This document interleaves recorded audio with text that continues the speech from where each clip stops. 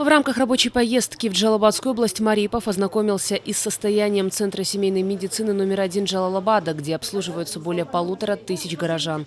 Здание ЦСМ было построено около 100 лет назад и признано аварийным, однако с 2016 года не попадает в титульный список новых строительных объектов. Премьер поручил изучить вопрос строительства нового здания на территории действующей поликлиники, а также предусмотреть возможность строительства в другом, удобном для горожан месте. Помимо этого, глава правительства посетил единственный центр обслуживания населения Джалалабада, расположенный на 1-м этаже жилого дома. Из-за большого потока населения образовываются очереди, что вызывает недовольство горожан.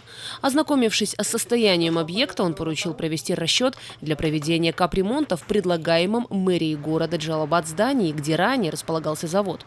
Кроме того, Марипов был проинформирован о состоянии школы-гимназии имени Бабкина в Джалалабаде, находящейся в аварийном состоянии. Премьер поручил изыскать дополнительные средства для строительства нового корпуса на территории учебного заведения.